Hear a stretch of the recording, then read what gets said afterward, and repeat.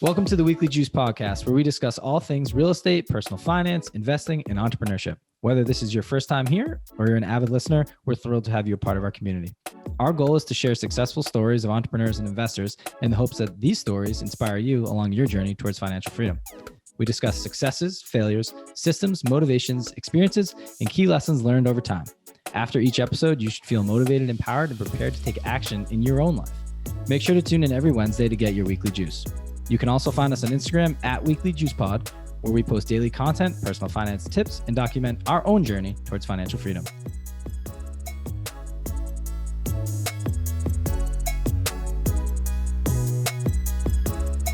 Welcome back to the Weekly Juice. As always, it's your boys, Ryan and Corey, here with another episode for you. Today, we interviewed special guest, Brian Davila. He is a house flipper and an Airbnb superhost, aka a short-term rental investor. And he is currently in the process of building up an Airbnb portfolio of 20 properties. He's currently at number 8, but he uses his house flipping business, basically his like 9-to-5 job, if you will, is his house flipping business, to pump money into his Airbnb portfolio. And he hopes to, essentially retire, I guess, one day with 20 properties producing about $500K in cash flow. Yeah, that's amazing. And so he has a 7-figure flipping business, right? 7-figure flipping business. And not only that, he has 8 properties, 8 Airbnbs that generate him $300,000 a year net. So 8 properties, $300,000 a year. I mean, we could live off that so easily. So like we kind of confirmed that short-term rentals is the next phase for us. He's mentioned he wants to get to 20, but a unique part of his story is that he mentioned to us, that he was actually a drug addict from the ages of 15 to 25. He's 31 now. So he's done all of this kind of when he turned 25, 26. In 5 to 6 years, he's built a 7-figure flipping business. I'll say it again. And then he owns 8 short-term rentals that generates him $300,000 a year in cash flow, trying to get to $500,000 to kind of then reevaluate. To throw another wrinkle in here, he has a coaching business. Yep. Him and Ryan Pineda, as well as a few others, they own Future Flipper, which is a real estate flipping, wholesaling, and Airbnb coaching platform. So he's just doing a lot, and very accomplished for age 31, and he dug himself out of a pretty deep hole. Yeah, he did. And this episode was a little bit different. It was very conversational. Brian was like throwing questions back at us. So I thought it was, it kind of caught us off guard on a couple of these questions, but it was very back and forth conversational. And we asked some questions that would help our personal portfolios, as we're, a couple steps, more than few steps behind him. But I think it'll really help people listening to be like, oh, okay, he did this in 6 years. Like, why could I not do this in 6 years? Yes. Especially in the position that he came from. I would say get through the first 10, 15 minutes. Brian is very matter of fact. And we were still feeling each other out for the beginning of it, but it gets super conversational, ping pong back and forth with questions. So stick through the full episode. You'll get a ton of knowledge out of it. Absolutely. Let's do this thing. Bring in Brian. This episode is sponsored by REI Call Center. If you're looking to invest in real estate but don't have time to find great deals, we have a solution for you. You're going to follow these steps, and hopefully you'll have more deals crawling into your inbox every single day. 1, visit reicallcenter.com. Step 2, hire a professional cold caller. 3, receive lists of motivated sellers. Step 4, vet through and call the quality leads that are dropped into your inbox. Step 5, begin negotiations. And our favorite step 6, close more deals. Let's do it. Brian, officially welcome to the show. We are thrilled to have you on and share your story with our listeners. Nice. Well, I'm excited to be on and meet you guys. Thanks so much. If you could give a little brief background on who you are, where you're from, and then kind of take us into the backstory of how you got into real estate investing. All right. Well, so I'll start way back, I guess. I was born in March 23rd, 1991. And I was actually, there you go, just turned 31. So I was born in Puerto Rico. For those that don't know, that's a part of the United States, but kinda. So I was born in Puerto Rico, moved to Las Vegas when I was 6 years old. Grew up with a single mom. Around 15 years old, I decided that I wasn't going to go to school anymore. So I'm a high school dropout. Around 19 years old, I had my first son. So I started off super good, high school dropout, teenage father. Was really hooked on drugs for most of my life. Got sober when I was like 25, and that's when I started real estate and met my wife in the same year. And then since then, became a realtor, then investor. Since then, fast forward, I've closed over 200 and something real estate transactions as a realtor and investor. I'm building a portfolio of Airbnbs, and then I flip houses full time. Brian, I'm not going to gloss over this because the fact that you went from, it sounds like a really low point in your life, and not that long ago, like 6 years, right? Like 6, 7 years. Had a low decade, not a low point, right? From 15 to 25. But like, if you're at that point, something had to have happened. Something had to have changed drastically for you. Was there some sort of moment or something that specifically made you flip on a switch to, well, I want to become a real estate investor, and then turn your life around essentially? I guess what turned it around was a couple things. So one, real estate. I started real estate, but was still kind of dabbling in them. And I noticed that it was affecting my performance. Like, let's just say, for example, I set an appointment with you on Friday and then started messing around through the week. I would completely just blow off appointments because I wasn't in the right state of mind. So I noticed there was a monetary consequence to what I was doing. And then a second part was meeting my wife. My wife is very sober, Mormon, doesn't drink coffee, like pretty straight edge. So it was kind of embarrassing that I always had to be on something to be functioning. So that really like helped me break the habit. Got it. So she was being the polar opposite of the habits, kind of helped you pull out of that, which is pretty remarkable. So then let's talk about your start in real estate investing, because I guess you're kind of talking about it cavalierly to get to how you got to this point, but it's like, it's amazing, the turnaround. So like, what got your start? What gave you the idea to even get into real estate investing? Like, was there a mentor or somebody who spoke to you in a way that made you want to do it? Like, just walk us through that part of your story. So, in 2015, I started off as a realtor. So, and then as a realtor, I noticed that I didn't have a lot of free time. I had to work on the weekends, had to work past 5. I felt like I didn't have control of my life. And I would talk to a couple real estate investors, and I was asking them how much they make per deal. And then the first one told me he made around $60,000 per flip. And, I was making $5,000 per transaction. So I was like, okay, I mean, if I just transition into this, I should make way more and do less work. So that's kind of what triggered me getting into the investment space. Got it. Cool. So then maybe take us through like your first couple deals of the transition, or like how you figured out how to flip. Was there a certain strategy that you used? Did you latch on to these investors specifically? Like maybe talk about your first kind of getting your feet wet in the flipping game. Yeah. So I guess, so as a realtor, I was really good at listing and selling like distressed properties. So I did a lot of short sales, a lot of probate sales, stuff like that. And I was always working with investors, always selling them the deals because they couldn't be sold to like FHA or conventional buyers. And then that's kind of what kind of sparked my interest, because I noticed that the people I was selling to, they were all like pretty wealthy or rich or both. So I was like, okay, like something's going on here. Like these guys keep hitting me up, they're really interested in what I'm doing. And then when I would ask them questions, they wouldn't really like give me any details. So it wasn't until I got a deal and I told one of the investors, I was like, hey, like, I'm not going to keep working with you until you tell me how much you make. And then he told me the 60,000.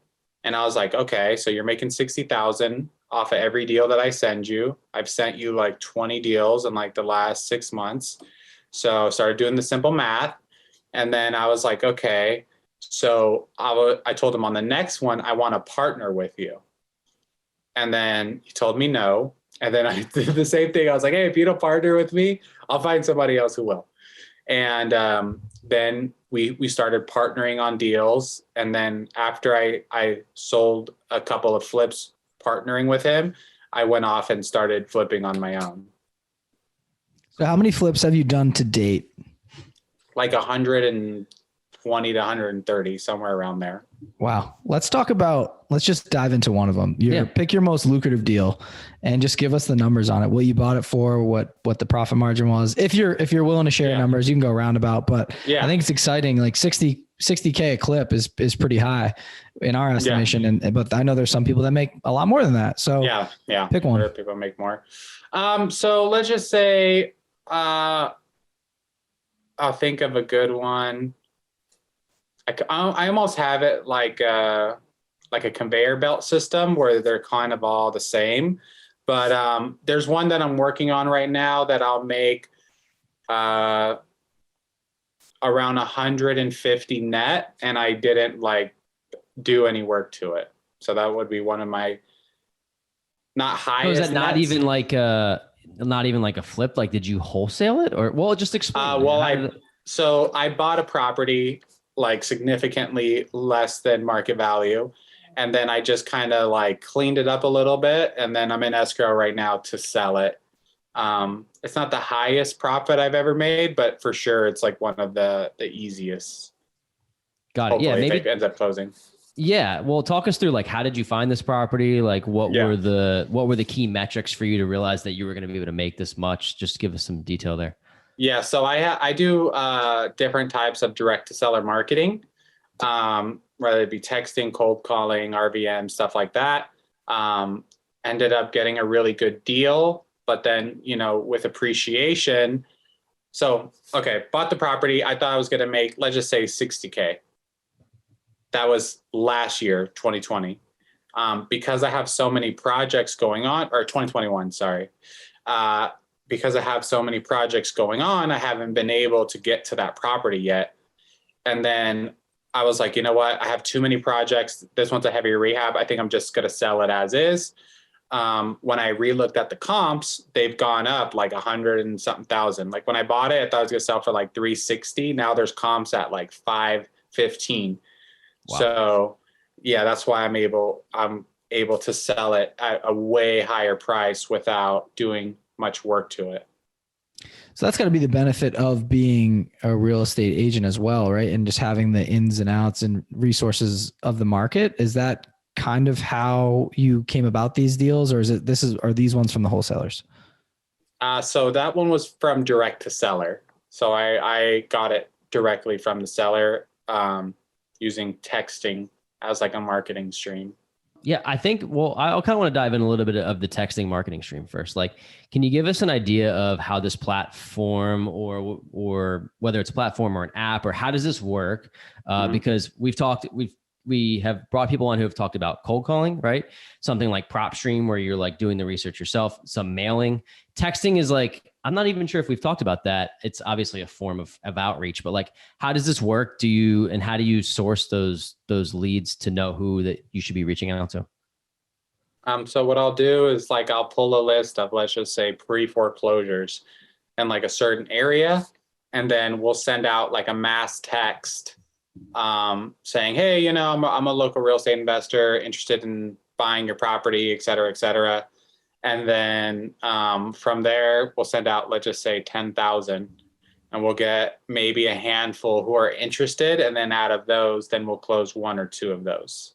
It's funny you say that, Brian, because if I go into my, Apple, I don't know if you have an iPhone, but it like separates the known messages from the unknown messages. And if I go into my unknown messages right now, I probably have 9 from people that are texting me trying to buy properties, and they're from random numbers, but the numbers are close enough to the area code that I live in that makes me like, oh, okay. Like, it's not like all the way across the country. Like they have some 856, for example, which is right in Jersey. So I'm like, oh, maybe I know this person, but it gives you kind of like, if they say, hey, this is so-and-so, they say my name, it gives me kind of like, I haven't responded to them, but I can see why. Like, I also am not looking to sell. So if like some people have if they have the motivation to sell, it seems like it could be a really good way.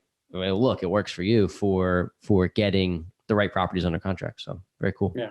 So with that, I want to transition into short-term rentals because as Corey mentioned, that's where we're looking to kind of move our portfolio a little bit, at least just to see if we can capture a little bit more cash flow per month, right? I know it's being a host is a lot of work, but if I'm not mistaken, you have about 8 units in the short-term rental space. Can you talk about how you got into that space and why? And then we'll kind of go down that whole rabbit hole. So I got into that space because I noticed that with long-term rentals, they don't really cash flow as much as people think they do. I think I ended up buying like 10 to 12 long-term rentals. And I was like, dude, I'm not making any money. Like this is BS. You know what I mean? Like, I was like, how many freaking single family houses am I going to have to buy for it to make a dent? You know, probably like a lot. I don't even know. Yeah. We're learning that too, kind of. Yeah. But yeah. What's your guys' net per door? Like 300 per door, probably. 300 per door. Is that per door? Yep. Is that including repairs throughout the year, or Correct. that's just that's including the repairs? Yes, we have got some pretty good deals, and we've done our homework. So that's I would say like 600 for a duplex, right? So that's for us. We feel like that's there's some months we have $2,500 that comes in because in our portfolio because and so they're averaging like 5 or 6, right, or 7, but it depends on the month, right? Like you get big hits or big CapEx expense, and you're like, all right, you just lost all your cash flow for the month. Exactly. Yeah. But if you look at the year, like I would say we're averaging, we'll come out to that like 300 per door average. So yeah, and you're correct. In order to obtain, especially in today's market, and to continue to buy properties at that pace, yeah, you're going to have to buy 20, 30, 40 properties at least, depending upon how much money you spend in order to obtain financial freedom. So that's kind of what you're saying, right? Yeah. Like it just takes a while. So $10,000, you guys could see, divide that by 300. That's what you're saying. That's 33 units you would need to buy. And let's just say if it cost you, how much do you think it costs you to buy a property average? Talking about what our down payment and closing, like to get into it, I would say like $50,000 in this area to get into a property, probably. 50,000, and then how much you think for rehab normally? It depends. 10 to 15. Yeah, I would say like if we don't typically do like large rehabs, we did one for like $60,000, and we were like, whoa, we're in over our head here. So I would say 20 grand, like 20 grand. Yeah. So 50 to get in, 20 to rehab, so that's 70, right? Yeah. Yeah, so 33 times 70K, you're going to need somewhere around $2.3 million in order to make $10,000 passively, average. Right. Yeah. Which is a lot of money to put up. Which is a lot of money. Yeah, that's a lot of extra capital you're going to need in order to make $10,000, which by the time you get there is probably like $5,000 because everything's getting so expensive. I don't know about where you guys live, but the cost of living in California is increasing like significantly. So, that's why I got into Airbnbs. Long story short. No, I love the breakdown because what happened for us, and there's like stages of this wealth building game, right? For us, we're like, we learned about something first. We're like, this is going to take us on the highway where we need to go. And then we come to a crossroad and we're like, whoa, wait a second. Like, I thought we were going this way. Like, okay, no, maybe we want to pivot a little bit here. And that's what happened with the e-commerce is we're like, we're going to use real estate and you're talking strictly cash flow, right? Our properties have also appreciated $200,000-$300,000 in totality, right? Or maybe more. So it's like that aspect of it, you add that in too. So you have your baseline for your long-term rentals. We'll shift over a little bit into e-commerce. We'll shift into short-term rentals. And then, as you start to stack these different streams of income, then you can really start to build the wealth. The long-term rentals for us is a way to have a stability and a baseline, and we're not banking on the cash flow of those to live off of. So that would be the answer to your question. Yeah. Do we need 33? We're probably not going to get to 33 because we're probably going to have other different investments that we go into. And if we do get to 33, we'll need. That was 10,000. Exactly. I don't know how much it costs you guys to live, but yeah. We would say where our goal is to get to $60,000 each, right? But then that's just like to cover baseline, right? Not to live like the life that we really want to live. I was listening to a podcast the other day, and I forget who it was, but he was like, look, when you get to $20,000 a month in passive income, that's when you really can start to have some fun. Like if it's truly like a level of passivity where you don't have to work 60, 70, 80 hours a week, right? So so there's a lot of ways to get there. And talk to us about your like getting into the short-term rentals and what that brings you and why you decided to kind of dive down that rabbit hole there. Decided to go down that rabbit hole because I am pretty good at math, even though I'm a high school dropout. I realized that the numbers just didn't make sense. You know, the financial freedom that we're all chasing with rentals is very hard with long-term rentals. So I bought this property in Joshua Tree, and I actually got hit up by Tony Robinson. He's like the host for the Bigger Pockets podcast or whatever. And he hit me up. He was like, hey, I was going to buy that house, but you got it. I was like, oh yeah, great. And then he started talking to me about short-term rentals.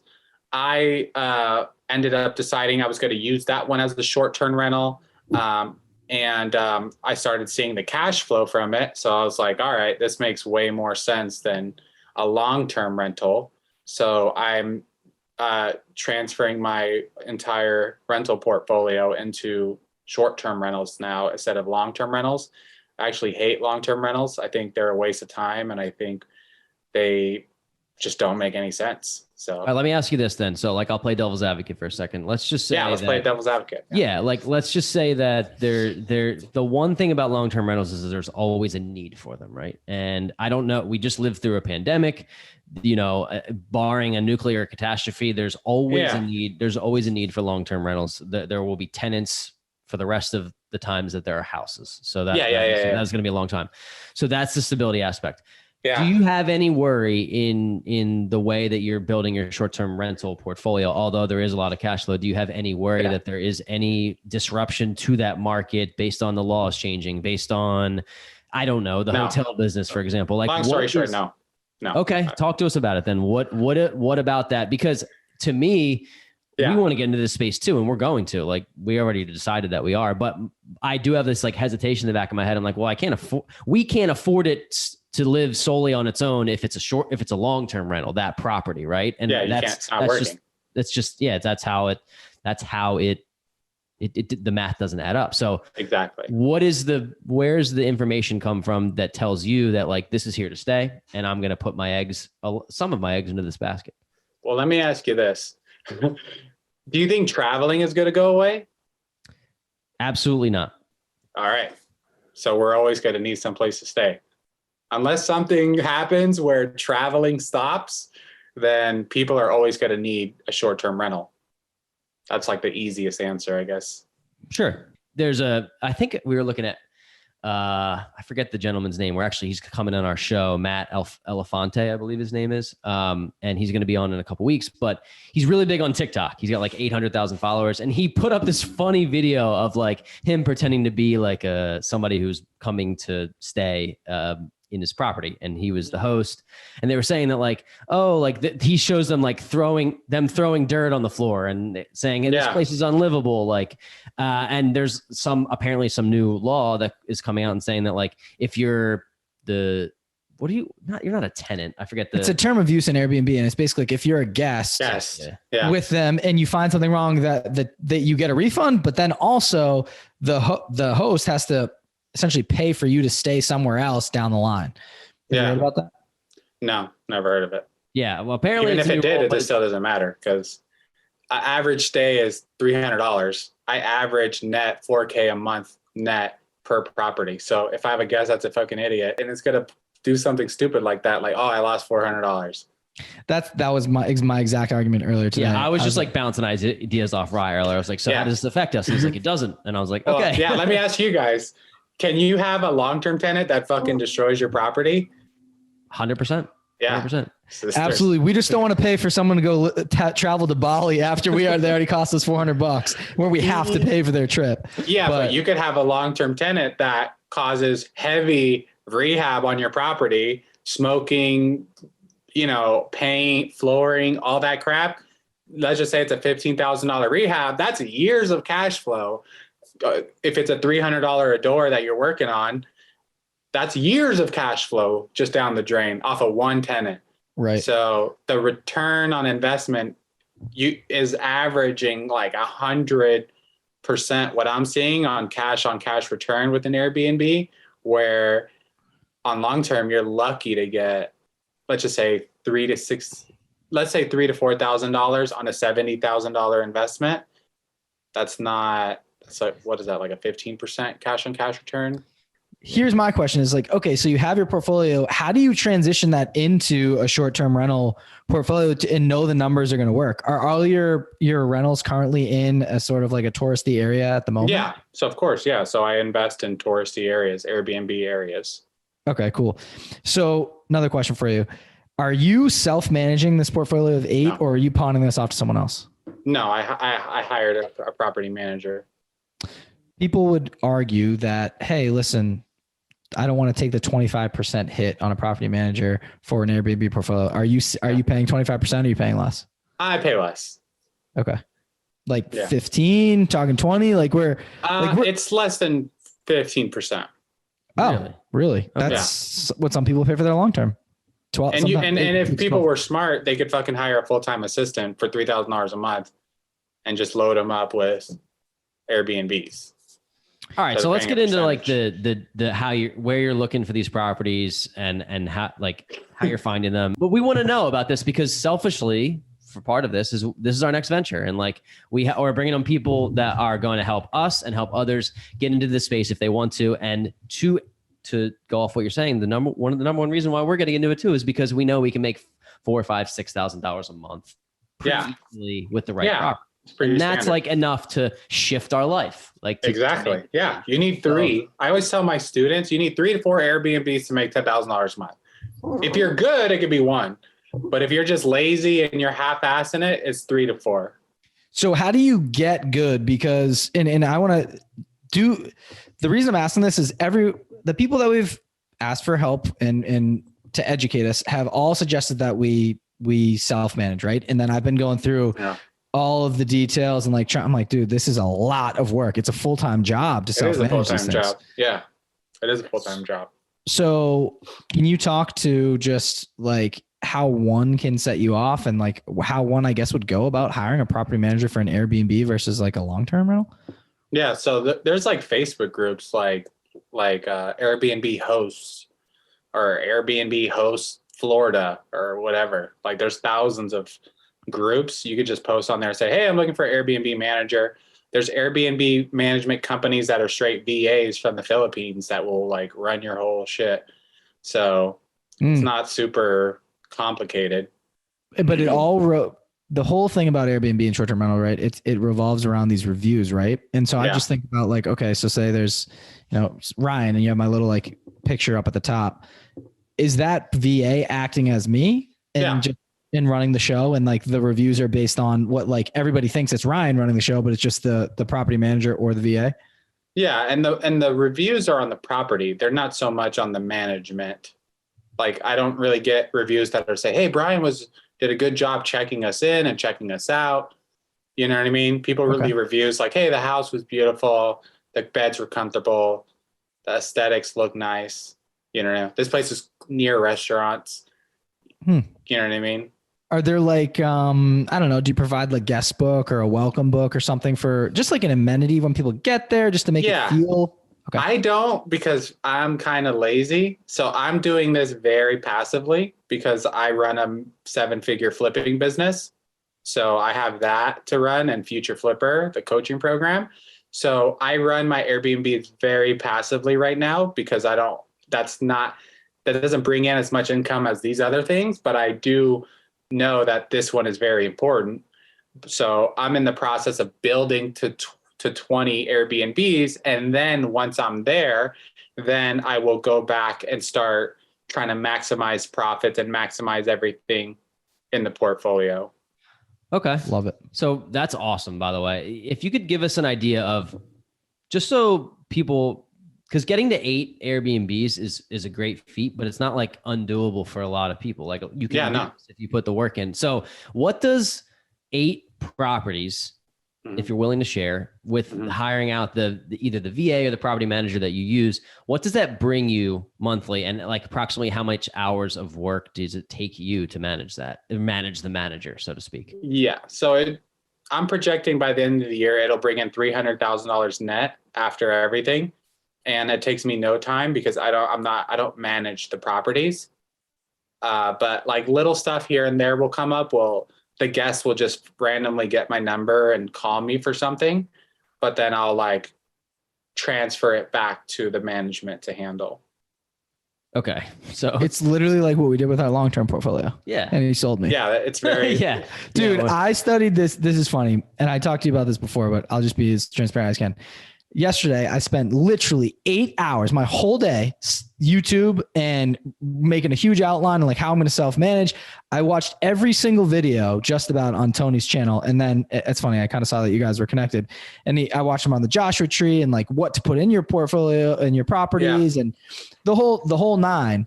And Corey and I just had the argument, and not really the argument, but like the conversation of our long-term portfolio. And we're like, dude, we're done. Like just push it to someone else. They can run it. They'll hit you up if there's an issue. And then you can spend more time doing what you do best, is finding deals and networking. And it's just funny to hear it out loud, but I'm thinking I totally am changing my mind here. It's like, instead of me spending all these hours just learning how to manage this shit, I'm think we might just have to hire it out. If it's not going to cost 25%, I'll pay 12. Even if it's 25%, it's more than what you're making on your Airbnbs. So you're getting stuck on a stupid statistic that doesn't make a difference. Take 25% off of 4K is $3K. You're making $300 a door. Who cares if it's 25%?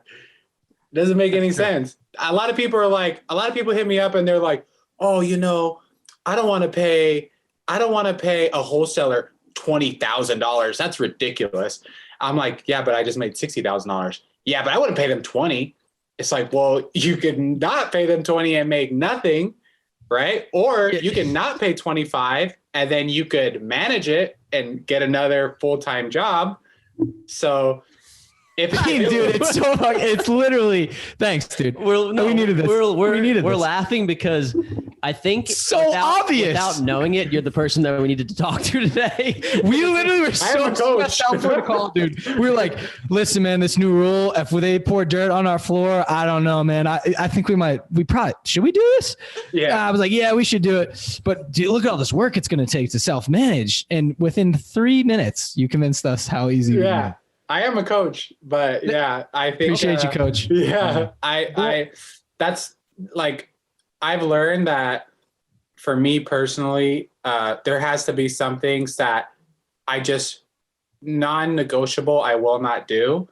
And then managing the Airbnbs was one of them, where I didn't manage them for one day. I have no idea how to price them. I have no idea how to put an Airbnb listing into Airbnb. I have no idea, because I'm just like, I'm not going to do this.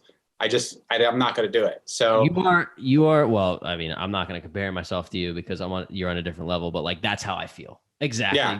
I'm like, I don't want to manage long-term, and it's not difficult. So like, I know managing short-term it's way more difficult. Yeah. It's way more difficult. And I'll be honest, like if I had to do it myself, there's no way I could do it. It's too much work.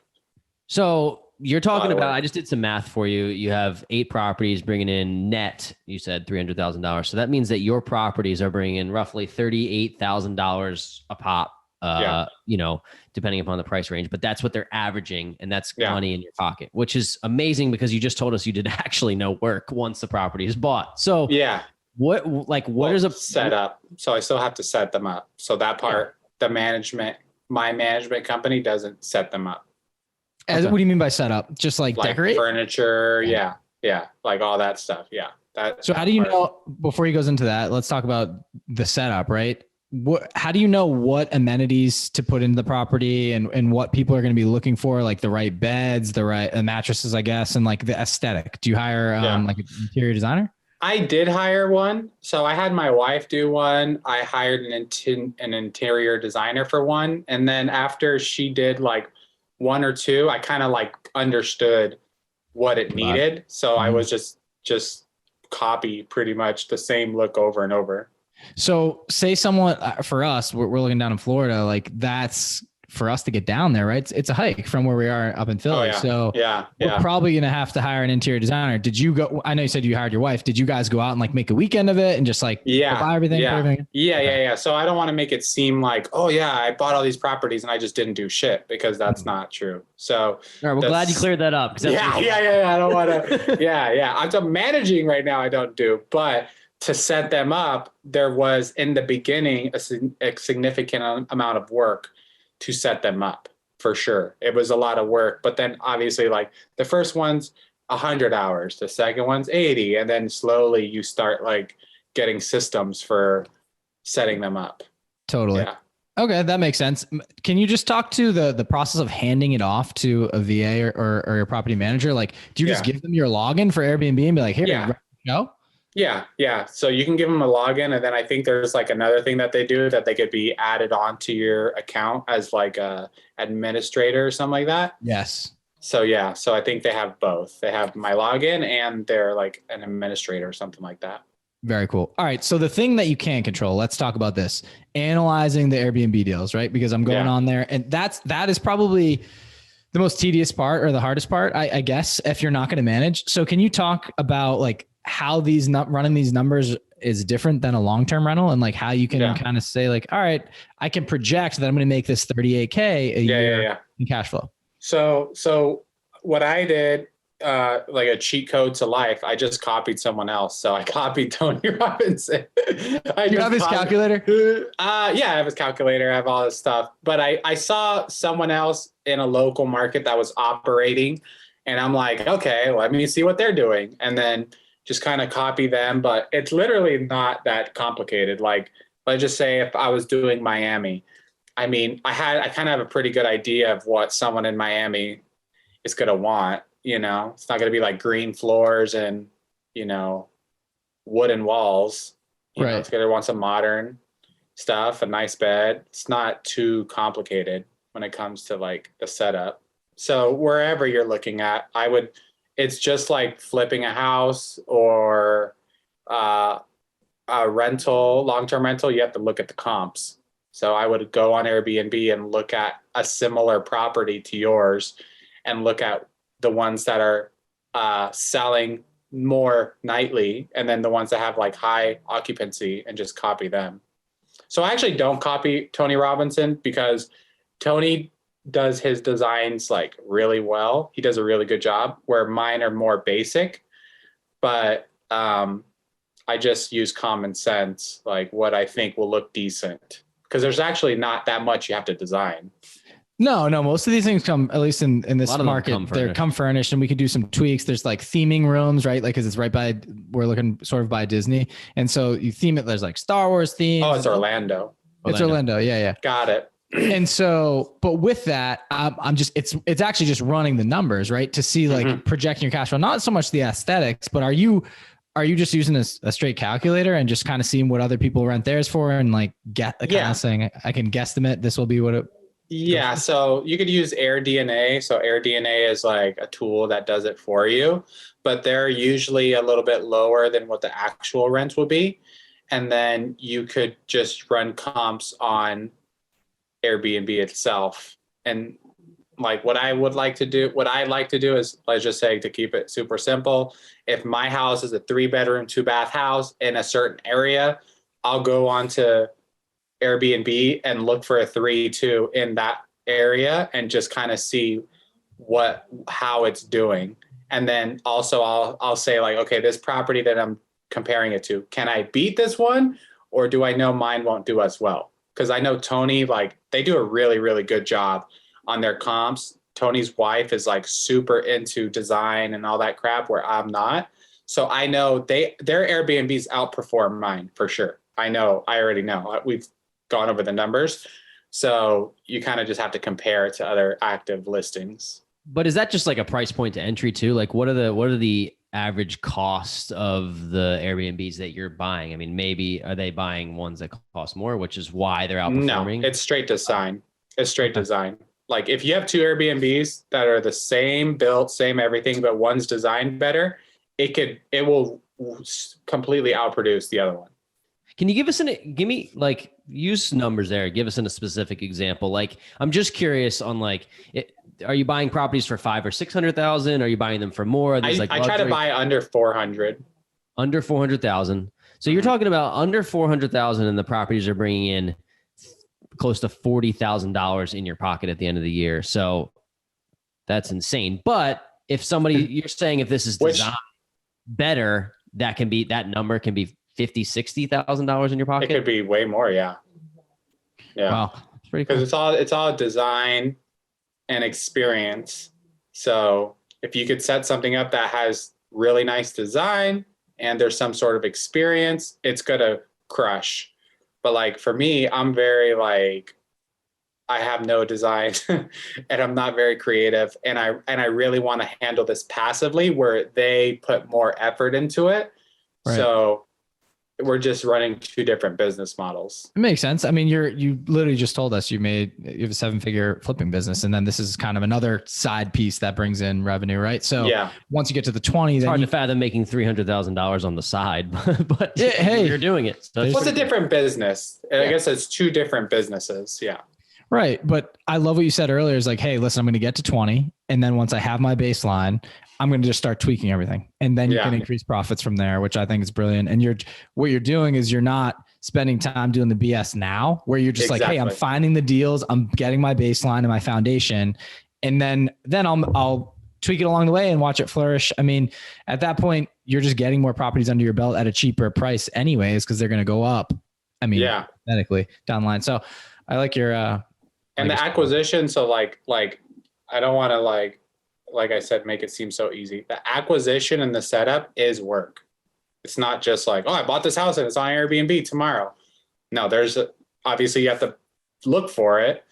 Then you have to buy it. That takes time, right? It's not fucking like no time to buy a house. You have to buy it. Then you have to set it up. And then you have to make sure that everything is there, because if people show up and shit's not there, then you do get bad reviews. So that part is time. Just the management part is passive. But you guys have said you bought a property and renovated it. That's not passive. That's work. We know that's the thing. I'm like, it doesn't feel like work at this point because we've done it before. We're like, oh, you know what I mean? Like it's part of the process, right? Like boom. But the management was where we're like, damn, that's going to be work. That's going to be every day sucking. At the time.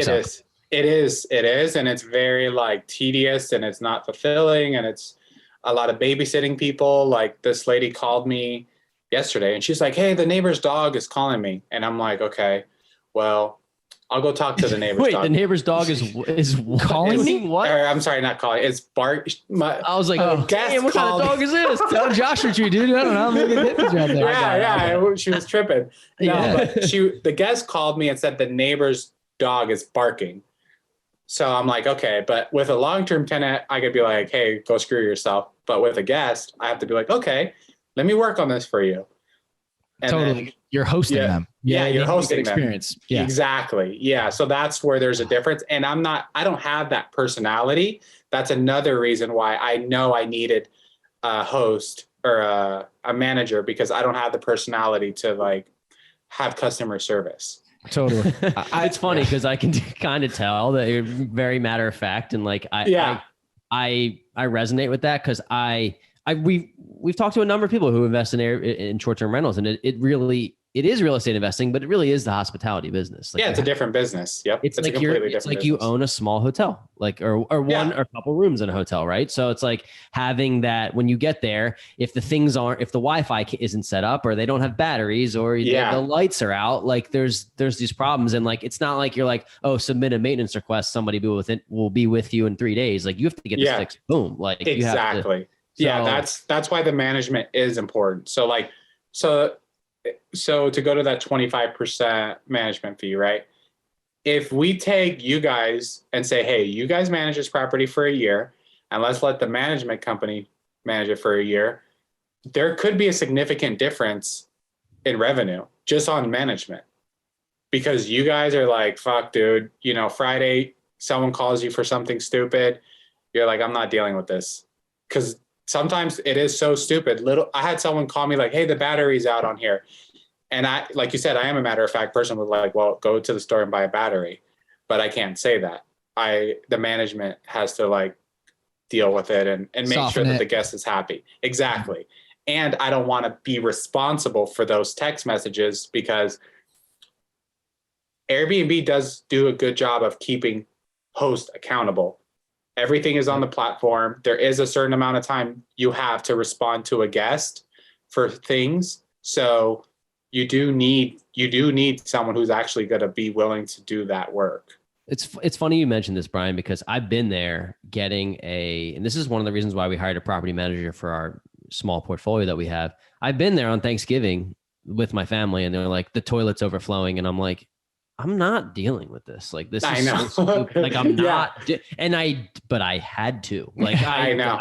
So I was like, okay. I mean, I didn't go over there. I have contractors, but still getting somebody on Thanksgiving to go try to like deal with this is like, I had to make 19 phone calls and like, eventually it worked out, but I paid X amount more than I should have, blah, blah, blah, blah, blah. My whole point is like Ryan and I were talking before this. So I was like, yeah, I mean, it could be Christmas Eve and like in Orlando, it's a full year round time people are renting and you better believe our highest paying person will probably be there on Christmas Eve, right? So in order for them to not write a shit Yelp review, it's not Yelp, but like how easy is it for somebody to write on Yelp, which is the same thing essentially. You have to be extremely hospitable. So like, it's funny that we're interviewing at this time because like I am sold on hiring a property manager, at the very least a VA to have it. You know, I would personally like I wouldn't even hire a blank like VA and train them. I would try to hire a VA that like does it already, so that way you're not like training them. And because like me and my wife just went to the Future Flipper event in Vegas, right? And now I could tell who's a VA and who's an American and all that stuff. Like I could just tell from experience. Like some VAs, they're just like, they just kind of suck. And then it tempts me to want to write a bad review, but I don't do it. But you have to just make sure you hire a good VA. Got it. What you're saying when you were the guest in the I was personally a guest. And then I reached out because the Wi-Fi was not working. And then I could just tell she couldn't understand what I was like really saying. And then the way she was like writing to us, like I said, I could tell because I'm a host and I'm more business savvy, where she said something like, hey, what time are you checking out? Where like that could be interpreted as kind of rude. You know what I mean? Because this is like, if you're staying at a hotel and I say, hey, what time are you checking out? You're like, what time is checkout? 11? Well, that's what I'm checking out. Like, why are you trying to get me out of here? Yeah, exactly. Yeah. So like, I could tell who is like self-managing and really cares and who has a VA that's kind of like following a script. Yeah. We may just go the property management route that for someone that manages Airbnbs, right? And that's what they do. And I guess it's going to come down to interviewing these people, right? So I guess we'll start with the Facebook group that you mentioned, and there's probably some out there. I think our realtor has people too, but I would go on like Orlando Airbnb host or Orlando Airbnbs. And if you put on there, you're looking for a host, you're going to get a whole bunch of people that hit you up. There's gonna be a lot of people. Okay. You have to interview them obviously though. Yeah. Love it. Absolutely. And they help, I assume like they help build your team, right? I guess if they're just host, I don't know if they're like a property manager, will they have the cleaner? Will they have the handyman? They should have it. Yeah. Okay. If they're a legitimate, cause I would be like, hey, same thing when you're hiring a contractor, I'll say, hey, show me a listing that you manage. Okay. Look at it. Like, who's your cleaner? Who's your handyman? Why should I hire you? Yep. The same concept. Mm-hmm. Yeah, I like it. I'm trying to think if we can get this thing down from 25%, it'd be great. But at the end of the day, it doesn't matter. It's still $3,000, right? You could get it. You could negotiate them down. But there like, let's just say in Joshua Tree, there's Desert Estates Management. They're like the most popular, most well-known. Like if you go to them, you're paying 25%. Like they're, you know what I mean? Commercialized. Like, exactly. Yeah.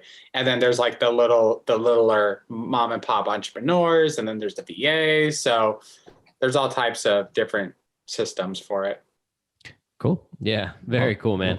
It's so, before we get to the second to last segment of our show, I want to talk to you about your future goals with your business, because we joke back and forth about you being matter of fact, but it's like, it comes from a level of confidence of how long maybe not how long, because you haven't been doing it that long, but how quickly you've been able to scale your flipping business and then your Airbnb business. And once you start to obtain some wealth, it does become easier, right? Yeah, so like, what are your future goals with, you mentioned the Airbnb 20 units.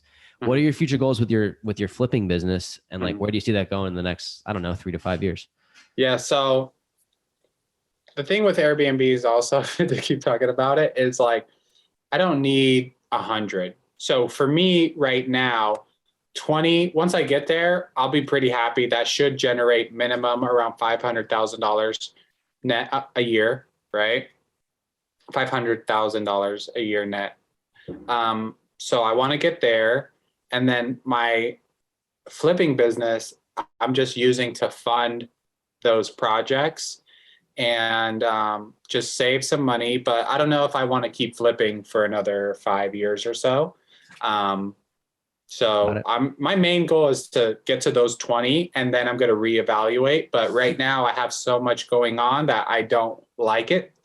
I'm only doing it temporarily until I could get to that passive income goal, and then reevaluate what I want my business and like life to look like. You sound like you're several steps ahead of where we are, like in terms of our mindset, and we feel like we have full-time jobs too. So like doing this on the side, trying to build a couple businesses, like we're like, how can we get to this level of passivity that allows us to have freer thoughts and then do really what we want to do? So it sounds like you're using flipping as a means to an end, really. Like, yeah, 100%. Generating you as much revenue as you possibly can for the time being. And I mean, if you've bought 8 in the time frame that you have, 20 is a couple of years away at this point. I mean, there's no reason. Yeah, I'm trying to do it by the end of this year, and just acquire them. And then it takes time for setup, but my goal is to acquire all of them this year, have the 20, and then get them all set up. And then once they're all set up, then figure out what I want to do with flipping. But like flipping at this level is a lot of work. So yeah. It is a full-time job. No, I think you said it perfectly. And it just, you're using your profits to fuel your Airbnb business or your short-term rental business, which is great. And then is your whole long-term portfolio converted over? Is that what you No, I'm in the middle of, so I have to finish my taxes this year because I'm going to get those write-offs. And my CPA said if I sell them before I file my taxes, I can't get the write-off or whatever. So I have to finish my taxes. Once those are done, I'm going to start selling my long-term rentals and doing a 1031 exchange, and then just moving them all to short-term rentals. Very cool. Yeah. Are these all, and I don't think we asked this earlier, I know you had a couple in Joshua Tree, but are you all over the country, or is it all no, in like so Joshua Tree and then like the mountains in California, like Big Bear and Lake Arrowhead. Oh, cool. Okay. Very cool. Yeah. Awesome. But I'm going to diversify, and Orlando's, I feel like Orlando, that's actually a good idea. I never thought about that, but yeah, I'm going to try to diversify a little bit once, we'll see what happens, but I'm not going to buy them all in Joshua Tree. Yeah, I think that diversification is good, especially in the short-term space. Cause like, I don't know, we're pretty conservative in our risk tolerance. So like if something happens to a specific area for whatever reason, the laws change based on political, who knows, like having them in multiple areas seems like a good idea. We think Orlando because it's like, we want to be a full year, have it be rented the full year. Obviously not 100% occupancy, and obviously it'll be less in August than it is in February, but like people are going to Disney the entire year. All year. Yeah. So that is one thing I don't like about Joshua Tree, that it is a little bit of like, it's not $3,000 every single month. Like some month there's 8, some months there's 1, some month there's 2. It's because like in the summer it gets very hot, and that's like the slow season. But then fall, spring, winter, there's more bookings. But the middle of summer, when it's like 125 degrees, that's when it's like the slowest. That makes sense. Cool. So second to last segment of our show, Core 4, we're asking you some questions to kind of get to know you a little bit more personally. Some kind of what makes you tick here. So first question is, do you have a favorite like business or investing book that you maybe would recommend to people either just getting started or that inspired you?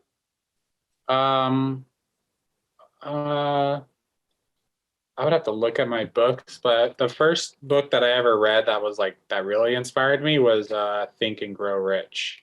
Yeah. Great Yeah. book. Napoleon Hill.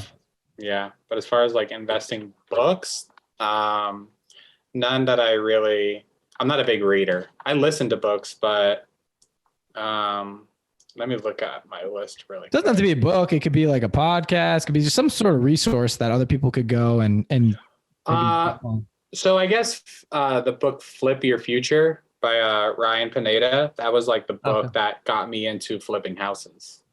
Okay. Really cool. Flip Your Future. Yeah, Rise killing it. Second question for you. And it differs from person to person depending on how much this actually would impact your portfolio. But if you had an additional $50K handed to you today, you could use it any way you want. How would you spend it, invest it, and why? An extra $50K. So I guess $50K for me, I would probably just try to buy another Airbnb or reinvest it into my flips. Okay. Yeah. Cool. Fair enough. So Brian, what's the biggest mistake that you've made in your investing journey, and how have you learned from it? So I've made so many mistakes. So I think there's so many different mistakes. I could tell you like specific investment deals that went south, or just like overall mindset. Well, whatever affected you the most that you feels like is a good story. All right, I'll give you two stories. So one of them, which kind of goes back to why I currently don't do e-com or any of these other things, where I thought I had a good idea that I was going to start flipping houses in like a cheap market. And I was like, hey, Georgia, I don't know shit about Georgia, but that's a cheap market, right? I could buy a house for $70K. That sounds like a good idea, right? I'm in Cali. They're expensive. I'll flip in Georgia. Mm-hmm. Bought a flip in Georgia. Was trying to flip it 100% virtually without knowing anyone there. I was just trying to put everything together. Got involved with the wrong contractor. He ended up kind of extorting me for money for like 6 months.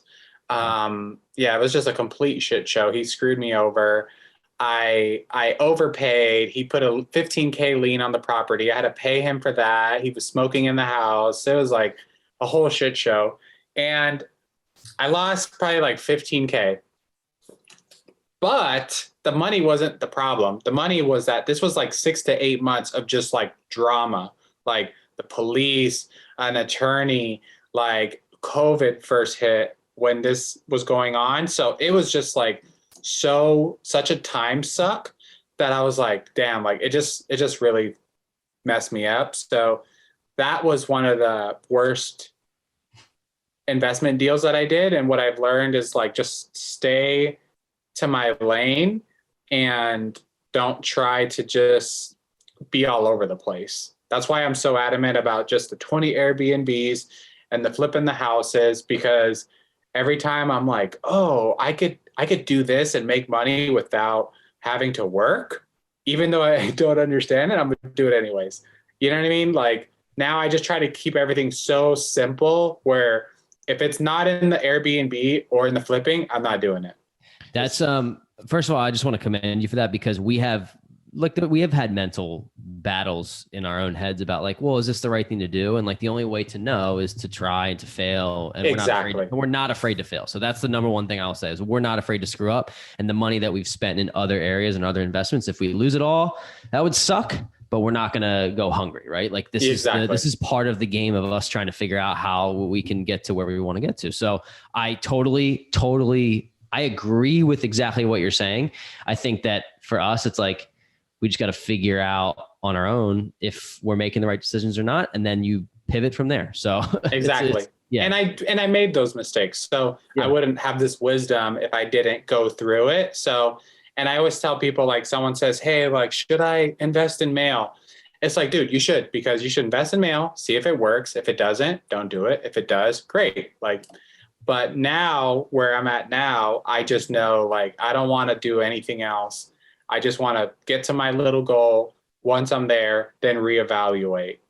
Yep. You got your wheelhouse. I think it takes a while for people to find theirs, right? And like what they like and what produces the most cash for them. So love that. All right. Last question on the core four is, what do you want your legacy to be? So what gets you out of bed every morning? Why are you doing this whole thing? What's your why? So right now, my legacy, I don't want to be known as like a house flipper or like an Airbnb host. So like, even though it sounds great, like I really don't care about it. I want to make sure that my kids are not just like, oh, they're took care of financially. Like, I want to make sure that I could take care of them. I don't know how to say it, like relationship wise. Let's just say, for example, this is very personal, but one of my sons is very antisocial, right? And who knows, he might grow out of it. I don't know. But I want to be able to make sure that if he doesn't like to go to school, he could work with me. Or, you know what I mean? I just want to be able to make sure that he's okay. And all my kids like that. That's what I really care about. The Airbnbs, the flipping, the biggest wholesaler, I don't care. I don't really care. I don't care about social media. I only do social media just to feed my business. But once I get to that 20, that's what I'm saying. I'm going to really reevaluate my life to see like, okay, do I want to work 2 days a week? Do I want to move to Puerto Rico for 60 days and kind of just get out of the whole thing and kind of see what my life will be like then, right? Because I think like making $1 million, I'm a millionaire. I still have to work. I still have a lot of shit to do. I still have a lot of responsibilities. So I'm not wealthy by any means. So I want to get there where I think once I get those Airbnbs, 500K, that's way more than enough to cover all my expenses and everything. Once I get there, I'm going to reevaluate, see if I want to move, see what I want to do. Yeah, so I don't know. I don't even know. The time, location, and financial freedom, dude. That's an amazing answer. I love it. I want to point out something here that I'm sure that has probably crossed your mind before, but you know, I don't listen to a lot of Gary V, but one of the things you said, he does come across like my timeline and stuff. One of the things you said reminded me of something he said, or not what he said, but something that about your life. It's like you kind of screwed some things up you said 10 years. So for the 15 to 25, like people are so caught up in instant gratification and like being 21 and being a millionaire and driving a Bugatti and like, and like having this like instantaneous, like amazing life. And it's like 25 is really young too, but like you essentially started over at that age where everyone's like, I got to get it now. I got to get it now. And then by 31, you're at the position that you are in 6 years of obviously hard work and dedication. So it's like, if you can time block, if you can put your head down 5 or 6 years, I don't care if you're 25 starting out, you're 37 starting out, or you're 54 starting out. Like it's possible. And I just think it's a commendable feat. So obviously you said it like, oh, I'm a millionaire, but like there's a lot of people who aren't. So it's very, very cool. It is. Cool. But you know, the random part is like, so for Joshua Tree, right? This is a Joshua Tree. So a couple years ago, I was flipping houses over there for 50K. I used to buy houses, fix them up, sell them for like 75K. Those houses now are worth 400, 350K. If I would have known what I would have known, if I would known what I've known now, I would be fucking set, dude. I would be way more than set. I was flipping these stupid houses for so cheap. And now you cannot buy anything in Joshua Tree for like less than 300K. Nothing. And I was buying them for 50. I would sometimes be like, oh, this is too expensive. It's 75K is too expensive. You know, so I think that with that being said, like there is something that I find so important is not just knowing, but actually executing. So you have this idea of Airbnb. That's great. But how long is it going to take for you to actually execute to the point where you own it and it's up and running? Right? Yeah. That's super important. Yep. Well, how do you have time for coaching, by the way? Like, I don't understand. So I have, so my flipping company, I have employees and, you know, people that work with me. So I'm not running the whole shit myself. Yeah. Okay. Do you coach in Airbnb?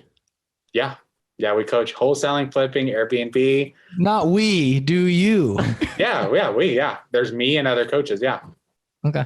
Cool. Interesting. Yeah. Might have a couple clients coming your way. Yeah. You guys should be a part of it. I feel like you guys should, it depends on what your goals are, I guess. Like if you want to flip or wholesale or what your goals are. Yeah. Interesting. We need some cash. That's what we'd want. That's what we want. We want, I don't know. It's hard to expect, but we're trying to make us, just as you are, as much cash with as little as time as possible, right? That's the goal, right? So you can get more of that time back. With sustainability attached to it, but yeah, like but that's exactly right. Yeah, like how can we build this to get our time back? And like I coach high school basketball, so I love coaching, and I could see myself doing that. Like it's mentorship and coaching is an extreme passion of mine. I'd like to be able to do that, coach full time eventually. So I'm interested in that sphere. I'm just a great hype man, so I'll be there. I can make it look pretty. I can make it run. Dude, we built this whole thing, right? Like there's the whole Instagram and brand and all that stuff. And it's like, I go back to the purpose talk again, right? Like that gives us fulfillment and like gets us excited. It's like, how can we take this even further? Right. And I think by having more time to dive into it all, and you can monetize that as well, but also it's inspiring and coaching and teaching and helping others, educating them to reach financial freedom. And if you can get a lot more people there, like that's, for me, that would feel amazing. So that's why I want to do the whole, like get to that point. And then I kind of want to stop working for a little bit, or like I mentioned, take that break, because I don't know what I like to do, because I've been fucking working hard for like 7 years, like straight. So like you talked about coaching basketball, like one of my sons is in basketball. Like to me, that is very fulfilling, sitting there and like, go down the court with your left hand. All right, go down the court with your right hand, even though it's not super sustainable. It's something that like is fulfilling. Yeah. And if you can build a life for yourself where all your money is working for you, then you can do that if you want. Technically, you'll be getting paid a shitload of money to go coach high school basketball. Exactly. You know what I mean? Like that's what it's all about. And it's like, if you can support your family and support your hobbies and your passions, right? You can't lose that. I think a lot of people, because they're sucked into their 9 to 5 every day, they lose a little piece of themselves. And they're like, shit, I don't even know what I like. Like what the hell what makes me happy? Like, I don't know. Yeah. Like I asked someone the other day, I'm like, what's on your bucket list, dude? You're like 60. Like, is there anything you want to do? He's like, I just like going to work. Like, I like it. Like, this is my thing. He has his own business. I'm like, okay, cool. But I got like 90 things I want to do. And I like my work too. So I don't know. It's interesting. Everyone is different. That's what makes them so unique. And I think that would make coaching even more fun, right? You get to learn everybody's story. I love it. Yeah. Well, with that, we've reached the last drop. So last drop is the last segment of the show. Final question for you. Knowing what you know now, what advice would you go back and give younger Brian if you could go back in time, maybe young, I don't know, age 20-ish? So I would give myself the advice, stop doing drugs, stop drinking alcohol immediately, and get into real estate and go work for someone that's successful for free. And don't go sleeping around and being an idiot. So all those tips. To the point. Yeah. No, that's honest. It's honest, and it's good advice, because I mean that'll hit someone in the feels in the call. Exactly. Sure. I think. In real life, there's people out there messing up. You know what I mean? There's people out there playing around when they should tighten up. Yeah, man. Well, look, this has been an amazing episode. Eye-opening for us, like personally. I don't know if you could tell or not, but we really want to thank you for coming on. If people want to get in touch with you, they want to learn more about you, maybe network, maybe join your coaching program, like what's the best way for people to get in touch with you? So I mostly check my Instagram DM. So it's the Brian Davila. If they want to know more about the coaching, they go to futureflipper.com and then book an appointment with one of our reps.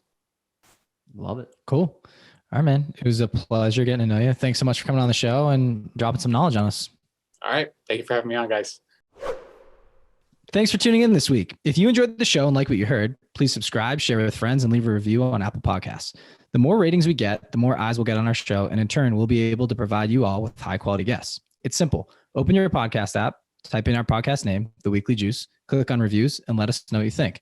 Thanks so much, and see you next week.